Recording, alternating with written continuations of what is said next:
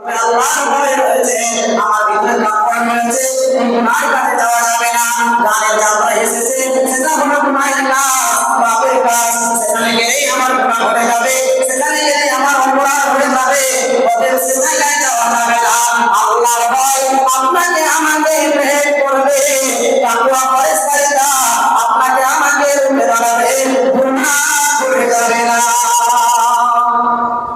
তাহলে পাপ থেকে বাঁচার জন্য আপনাকে আমাকে সকলকে পাপ থেকে বাঁচার জন্য আল্লাহর ভয় এটা অন্তরে রাখতে হবে। আল্লাহর ভয় তাকওয়া এটা অন্তরে নিয়ে আসতে হবে, তবে আমরা গুনাহ থেকে বেঁচে যাব। এবারে হয়তো কেউ বলবেন যে মাওলানা, আমার তো আল্লাহর ভয় রয়েছে, আমার তো অন্তরে তাকওয়া পরেশকারিতা রয়েছে, এরপরেও যে আমার গুনাহ ঘটে যায়, এরপরেও যে আমার অন্যায় ঘটে যায়। জি, আমরা হলাম আদম সন্তান, আমরা